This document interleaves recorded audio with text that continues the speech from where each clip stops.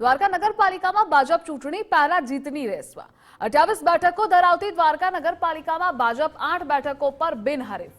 દ્વારકા નગરપાલિકાની ward number 4 માં તમામ સભ્યો બિનહરીફ તો વોર્ડ નંબર 3 માં 3 સભ્યો બિનહરીફ છે, જ્યારે વોર્ડ નંબર 7 માં 1 સભ્ય બિનહરીફ જાહેર થયું છે। સંવાદદાતા ધર્મેશ જોડાયેલા છે। ધર્મેશ, દ્વારકા નગરપાલિકાની ભાજપ ચૂંટણી પહેલા જ જીતની રેસમાં જોવા મળી રહ્યું છે। જે વાત કરવામાં આવે તો દેવભૂમિ દ્વારકા જિલ્લામાં સ્વરાજ્યની ચૂંટણીમાં નગરપાલિકાની ચૂંટણીમાં હજુ તો ચૂંટણી જાહેર થઈ તે પહેલા જ ભાજપે મોટો દાવ ખેલી લીધો છે। દ્વારકા નગરપાલિકાની 28 બેઠકોમાંથી દ્વારકા નગરપાલિકાની 8 બેઠકો છે તે ભાજપે બિનહરીફ